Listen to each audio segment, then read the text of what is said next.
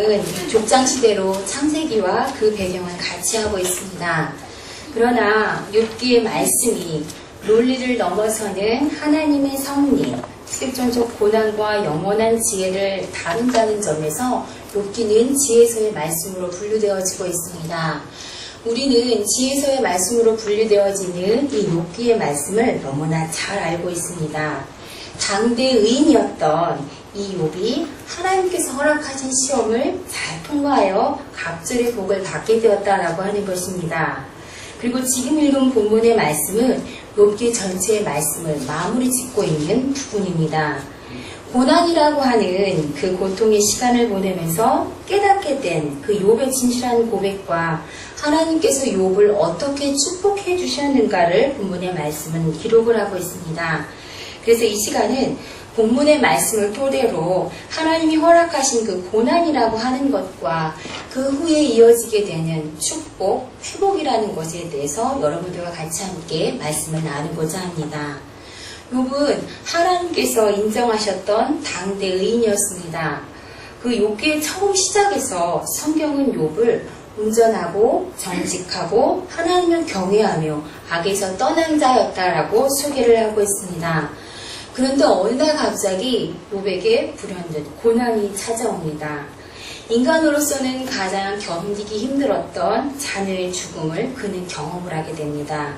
축복으로 상징되었던 재산을 상실하였고 신앙의 명예와 사회적 명예가 송두리째 빼앗긴 채 땅에 그는 곤두박질 치는 경험을 하게 됩니다. 아내는 차라리 하나님을 저주하고 죽으라고까지 말을 합니다. 신체적 질병이 그를 찾아와 괴롭혔고 욥을 위로해주기 위해서 찾아온 친구들마저도 욥을 오해하며 그를 정죄를 하고 있습니다. 우리는 이처럼 이유도 알 수 없는 고난을 겪는 욥의 모습에서 상당 부분 많은 공감을 할 수 있을 것입니다. 왜냐하면 우리들의 삶도 이처럼 원인도 이유도 알 수 없는 고난이 수시로 우리를 찾아오기 때문입니다. 태국에서 2년의 장기 선교 사역을 마치고 돌아온 젊은 부부가 있었습니다. 이 젊은 부부는 장기 선교를 위해서 선교 훈련을 받고 짐을 꾸려서 태국으로 떠났습니다. 태국을 도착한 후 그들은 집을 구하고 짐을 풀면서 두 알에 바쁜 시간을 보냈습니다. 이제 한숨을 돌리고 가족들과 함께 잠시의 쉼을 맞이하기 위해 이 젊은 부부는 여행을 떠났습니다. 그 당시 젊은 부부에게는 이제 막 두 달이 된 여자아이와 그리고 5살이 된 아들이 있었습니다.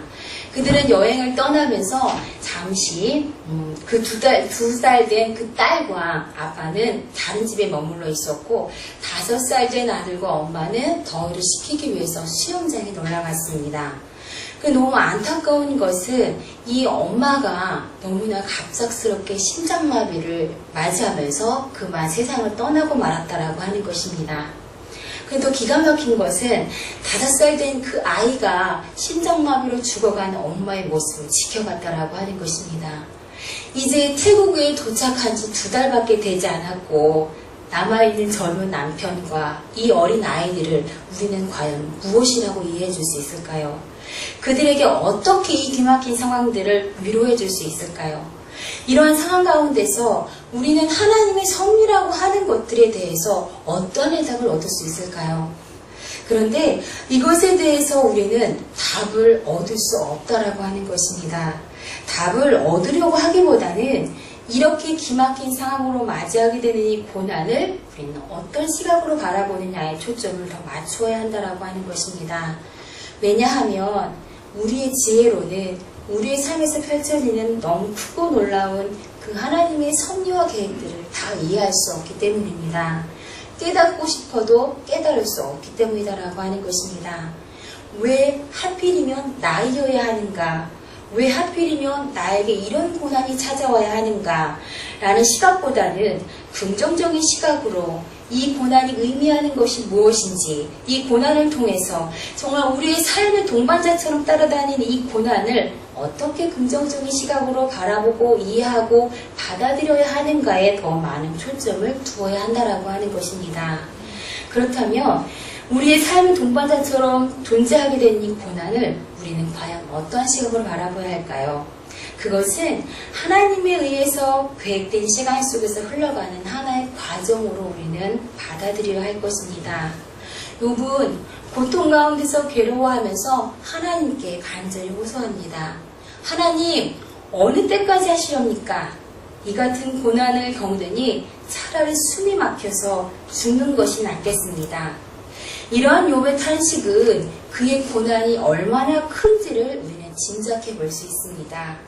욥은 하나님께 한탄하며 말을 합니다. 앞으로 가도 그가 계시지 않고 뒤로 가도 보이지 않고 왼쪽에서 일하시나 내가 만날 수 없고 오른쪽으로 돌아보아도 뵐 수가 없다라고 그는 낙심합니다. 동서남북 사방을 아무리 둘러보고 찾아도 하나님은 여전히 나에 대해서 침묵을 하고 계신다라고 하는 것입니다. 근데 우리도 살아가면서 이런 경험들을 정말 많이 하게 됩니다. 하나님은 이상하게 다른 사람의 기도는 다 들어주셔도 내 기도는 정말 들어주시지 않습니다. 나는 정말 삶의 벼랑 끝에 서 있는 기분으로 서 있는데 하나님은 나에 대해 여전히 침묵을 하고 계십니다. 하나님께 눈물로 호소하고 내가 할 수 있는 한 그 간절함을 온몸으로 다 표해도 하나님은 대답을 하지 않으십니다. 도대체 하나님은 과연 나의 기도를 듣고 계시는가? 내 속은 여전히 새까맣게 타들어가고 시간은 흘러가는데 하나님은 대답이 없습니다. 우리들은 이럴 때 보통 어떤 반응을 보이십니까? 많은 경우 너무 낙심을 하게 됩니다. 시험에 들기도 하고요. 하나님을 불신을 하기도 합니다. 그러다가 정말 자신의 기도를 들어주지 않는 하나님을 향해서 등을 돌리고 삐지기도 합니다. 그런데 그럴 때 우리가 가져야 할 태도는 그런 것이 아님을 욥기의 말씀 우리들에게 말해주고 있는 것입니다. 비록 지금은 아직 그 이유를 깨닫지 못한다 할지라도 지나가는 과정으로 바라보라라고 하는 것입니다. 우리를 훈련시키고 단련시키기 위한 그 과정으로 바라보라라고 하는 것입니다. 지금 우리가 흘렸던 눈물이 마침내는 우리의 믿음을 더욱더 강하게 할 그 반석과도 같은 그 역할을 할 것이라는 거 하는 것을 믿고 기다리라고 하는 것입니다. 그러므로 지금은 비록 삶의 모든 순간에 하나님의 그 큰 계획을 다 들여다보지 못하지만 우리는 여전히 하나님을 신뢰하며 기다려야 하는 것입니다. 아침마다 순간마다 놓지 않고 지키시고 다듬어 가시는 하나님이 우리의 인생을 너무나 빛나는 보석처럼 그렇게 다듬어 가실 것을 우리는 흔들림 없이 기다려야 한다라고 하는 것입니다. 그러면 언젠가는 하나님의 때가 되면 하나님은 반드시 회복을 시켜주실 것입니다. 그리고 그 회복의 과정을 통해서 우리는 하나님의 은혜를 경험하게 되는 것입니다. 그렇다면 본문의 말씀을 통하여서 발견되어지는 그 회복의 은혜라고 하는 것이 과연 구체적으로 어떤 것이며 또한 우리는 이것을 우리의 삶에 어떻게 적용해 볼 수 있는지 같이 함께 살펴보도록 하겠습니다. 본문 말씀에서 발견되어진 회복의 은혜는 첫 번째로 진정한 나를 발견하고 하나님을 깊이 만날 수 있는 것이 회복의 은혜다라고 하는 것입니다. 자신들의 주장만을 고집하던 욥의 친구들과 자신을 변호하던 욥의 끝날 줄 모르는 논쟁에서 이제 하나님께서 개입을 하시면서 말씀을 하십니다. 그때 욥이 하나님의 말씀을 듣고 고백했던 말씀이 42장 5절의 말씀입니다. 내가 귀로만 들었던 하나님을 이제 내 눈으로 보게 되었다라고 하는 것입니다. 무식한 말로 하나님의 뜻을 가리운 자가 누구냐고 물으셨지요. 저는 정말 알지도 못하면서 말하였고 깨닫지도 못하는 많은 일들을 하나님 아는 척을 했습니다. 이제 제 자신을 경멸합니다. 그리고 티끌과 제 가운데서 하나님께 회개합니다.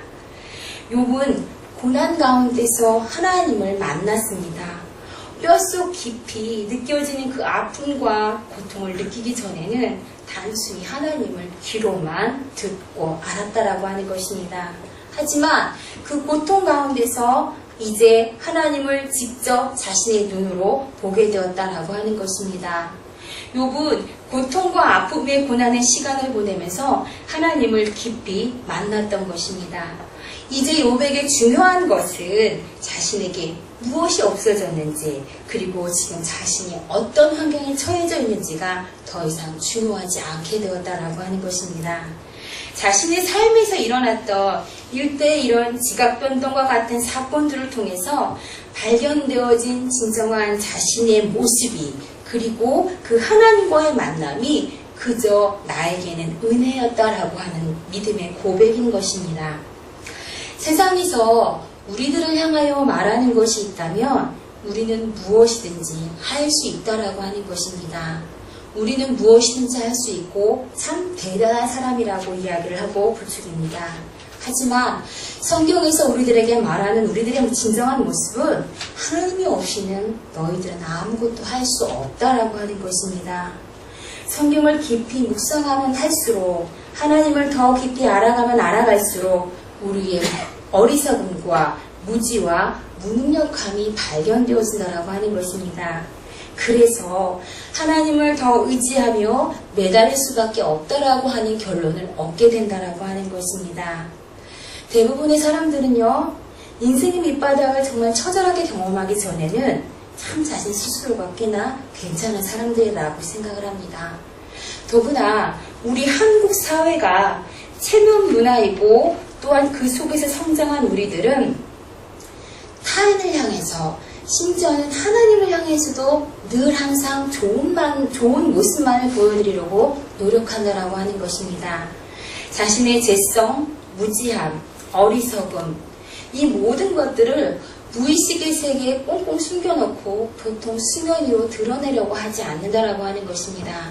그런데 이것이 결정적으로 드러나는 때가 있다라고 하는 것인데, 그것이 바로 철저하게 우리의 삶에서 인생의 밑바닥을 경험하게 되는 고난의 순간이다라고 하는 것입니다. 고난은 우리 자신이 하나님을 직접 만나고 경험할 수 있는 그 축복의 때라고 하는 것입니다. 이에 대한 예를 잘 보여주는 것이 욥기 외에 이사야서의 말씀에서도 잘 나와 있는 것을 우리는 발견할 수 있습니다. 이사야서 6장의 말씀은 오시아 왕이 죽던 해에 주의 제단에 나와서 엎드려 기도하던 이사야가 하나님께로부터 소명을 받는 내용이 기록되어 있는 말씀입니다. 오시아는 북이스라엘을 강국으로 만들었던 너무나 신실한 왕이었습니다. 그 우시아 왕은 뛰어난 리더십을 발휘해서 정치와 경제와 문화, 사회, 예술, 종교의 모든 분야에서 굉장히 균형 잡힌 성장을 이루어냈던 사람이었습니다. 그런데 북이스라엘의 별과 같았던 이 지도자의 사망으로 인하여서 온 나라 전체의 기반이 흔들리는 것을 경험하게 됩니다. 북이스라엘의 미래를 생각을 한다면 이사야로서는 너무나 끔찍한 일이 아닐 수 없었습니다. 참 자신의 힘으로는 어찌할 수 없는 상황 가운데서 고뇌에 가득 찬 심정으로 이사야가 하나님께 기도를 드렸습니다. 그런데 바로 그때 이사야 역시 욥과 동일하게 왕이신 만군의 여호와를 내 눈으로 직접 배웠다라고 하는 고백을 하는 것을 볼 수 있습니다.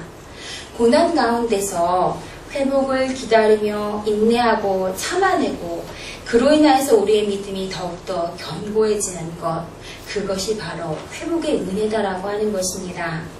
고난을 통해서 얻게 된 너무나 삶의 주옥 같은 진리들이 우리들의 삶을 더욱더 값진 인생으로 가꾸어 놓는 것, 그것이 바로 회복의 은혜다라고 하는 것을 잊지 말아야 할 것입니다.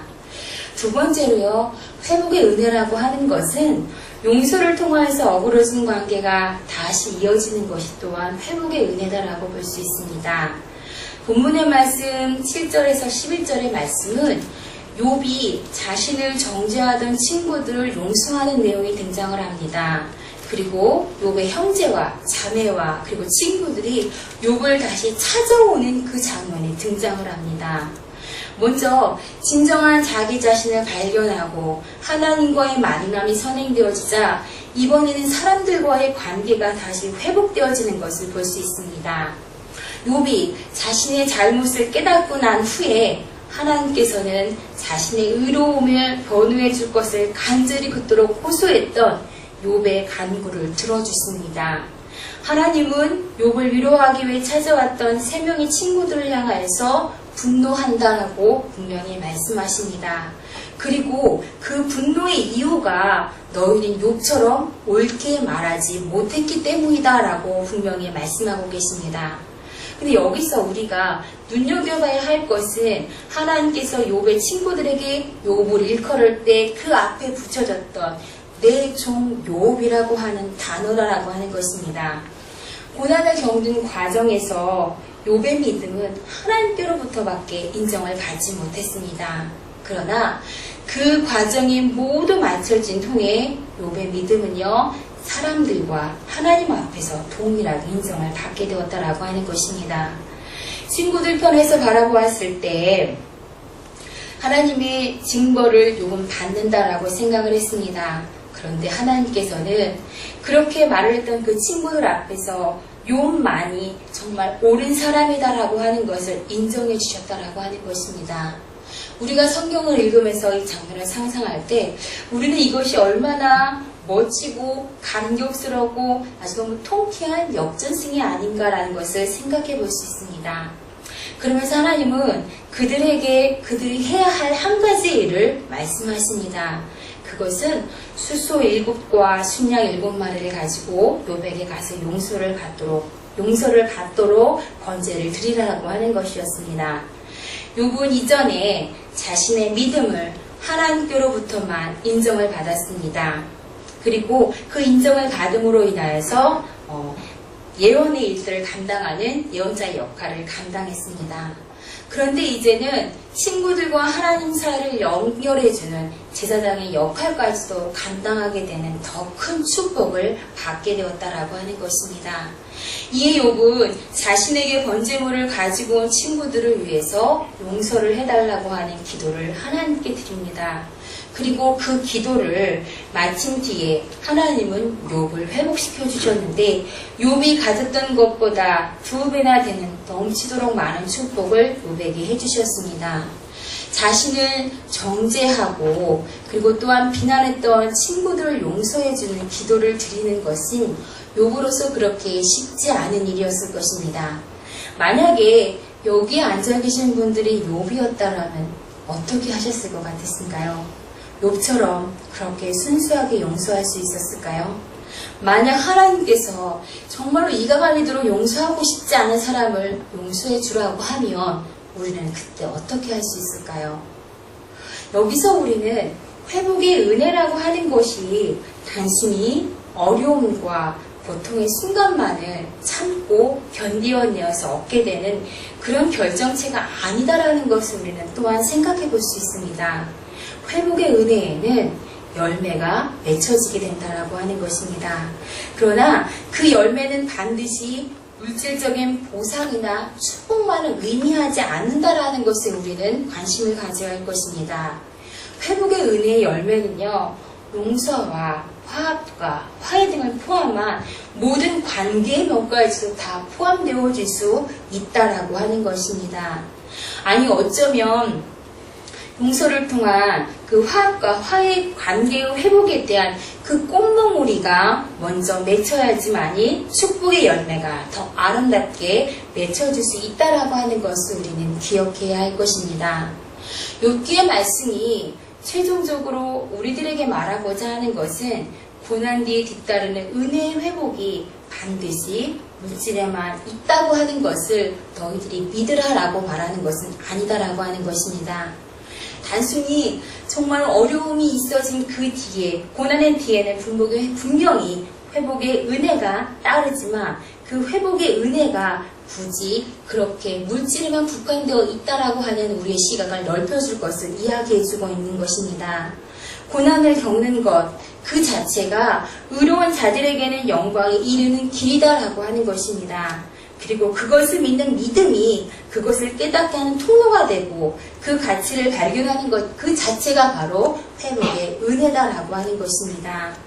고난, 믿음의 의미를 재발견한 욥에게 하나님은 그의 소유를 갑절로 채워주시는 것을 지켜보면서 욥은 140년의 삶을 산 뒤에 하늘나라로 갔습니다. 기나긴 욥의 인생에서 그가 겪었던 고난은 잠깐이었으나 그가 깨닫게 된 진리, 하나님을 만나게 된 그 경험은 영원한 것이 되었을 것입니다. 또한 욥은 그가 당한 고난의 시간보다 훨씬 더 많은 시간을 회복의 은혜를 누리면서 너무나 행복한 삶을 살았다라고 하는 것입니다. 우리도 이러한 삶을 살아야 할 것입니다. 우리도 이러한 욥의 모습을 통해서 진정한 고난의 의미와 가치가 어디에 있는지를 깨달아야 할 것입니다. 그래서 고난보다는 회복의 은혜를 정말 더 오랜 시간 누리면서 하나님의 은혜 가운데 행복한 삶을 살아갈 수 있는 우리들이 되어지기를 간절한 마음으로 소망합니다. 우리 같이 함께 기도하시겠습니다.